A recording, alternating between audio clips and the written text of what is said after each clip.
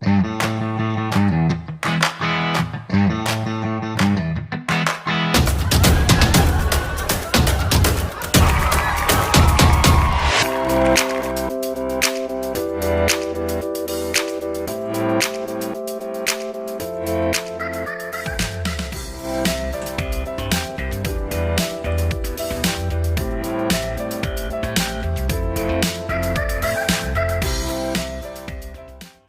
today I'm looking in my Ranger Rick magazine, and did you see who's on the cover? A deer. A deer for all seasons. So I got to thinking, a lot of times we think about reindeer during the holidays when the reindeer help Santa and his sleigh. But where are all these other reindeer during the year? What do they do? And where do they eat? And where do they run around? Maybe you live in a place where you see reindeer all the time because they can't all be helping Santa. So where are all their cousins and where are all their friends? So let's read up and see where they are during the year. How about that? Shall we? So this is called Deer Through the Year. From what it eats to how it looks, North America's most common deer changes with the season. The days are growing shorter and a chill nips the air. But for the white-tailed deer, fall is no time to curl up and get cozy. It's the busiest season of the year.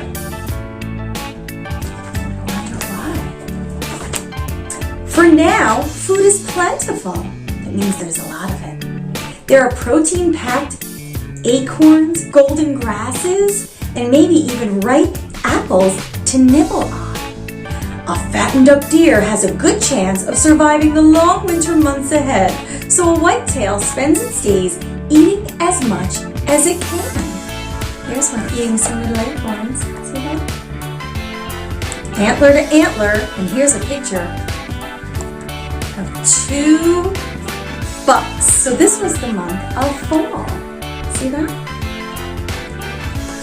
Now the month of winter for these deer. Let's see what it says. In winter, whitetails gather in places that shelter them from snow and harsh winds. Do you see them all in there? Cold cuisine.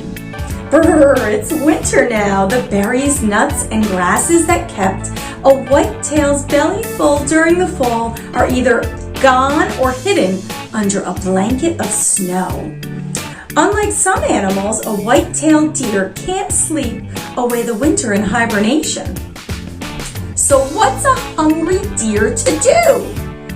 Change its diet with the season, of course.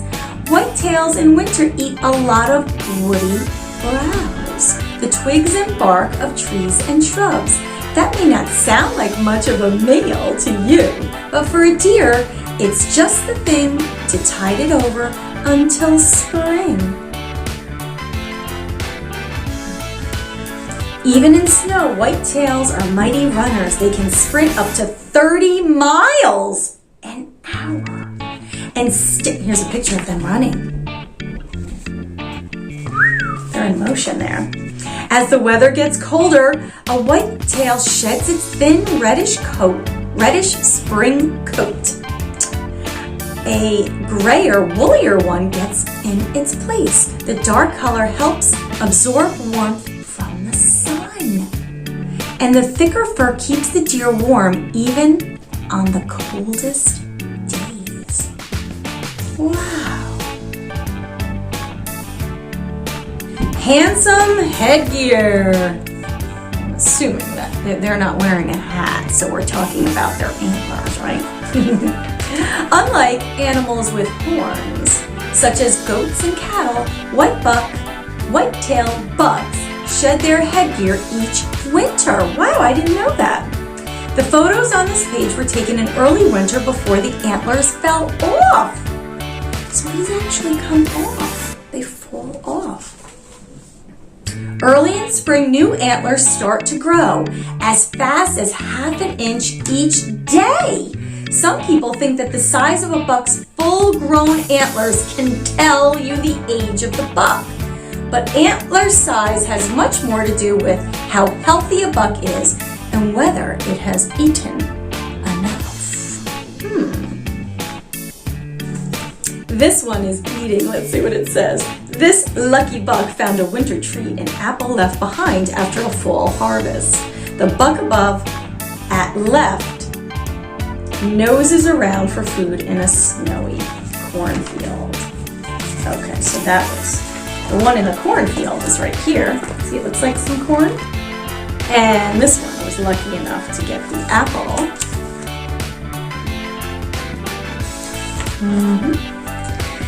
For many people, spotting whitetails near home is a thrill, but some people consider them pests. Here are tips for living peacefully near deer. This is what they might look like if they come in the back of your house where you have some feeders.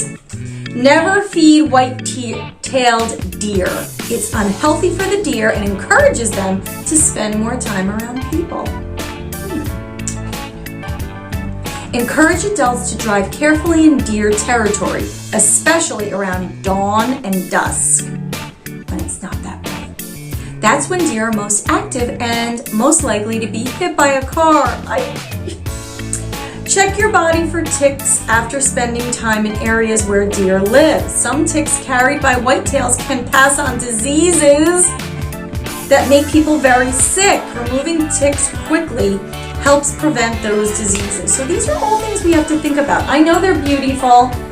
I know that they help Santa, but you still have to be careful around these deer, okay? And never, ever, never go up to one or try to feed one without a grown-up around you or advising you and taking care of you. And you should always do that, really, with any type of outdoor animal that's not a trained pet, right? Okay, so now we're into the season of spring and summer. So what are these little reindeer, these little deer, doing during spring and summer? A wobbly newborn fawn gets an encouraging little lick from mom. Oh, that is cute. What's a lick mean?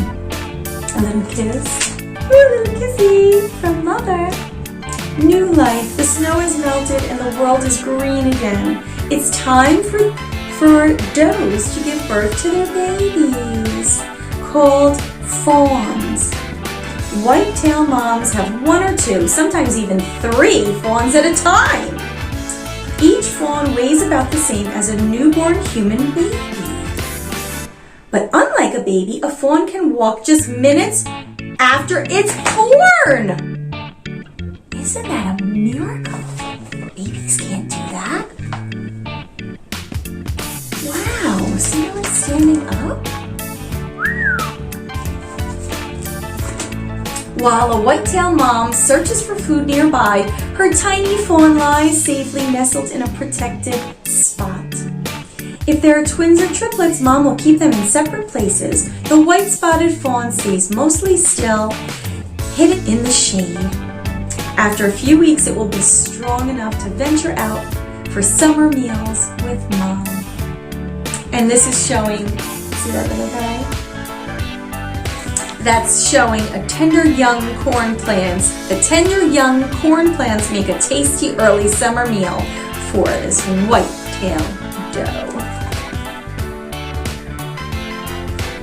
Sunny day snacks. A white-tailed warm weather menu might consist of fresh green grass, flower buds, tender leaves, and tasty fruit. Sounds a lot more appealing than woody winter twigs. I have to agree with that. But in winter, you gotta do what you gotta do. You know what I mean? You gotta eat what you gotta eat.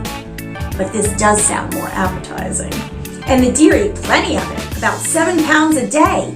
It's a good thing, too. They may be in the middle of lazy days of summer. But colder, tougher times will be here before they know it, And this summer feast won't last long. So eat up. Look at how pushy that little tail is. Like gobbling up that food. That is what deer are doing when the seasons change, right? Through fall and winter. And do you remember the other seasons? Spring and summer?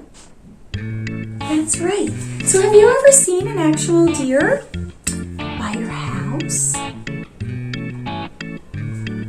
My sister said the other day she had snow and she said there were little deer prints. And she said, I don't even know how they got there. I have a fence in my yard. And I said, deer, have you ever seen them? They can really leap. I think they hopped over the fence and came in her yard, and that's why they were little deer tracks all over her yard. And she said, really? I said, oh yes. You can do some research on deer for yourself.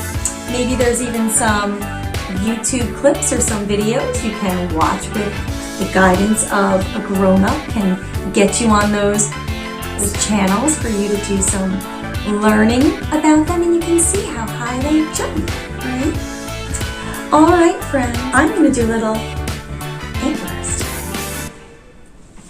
I'll catch you learners next time. Next time. I like to show my watch. In the learning zone. Antlers don't wave. I did this. That's silly. I guess we could just be just big antlers like that, right? Okay. Bye, friends.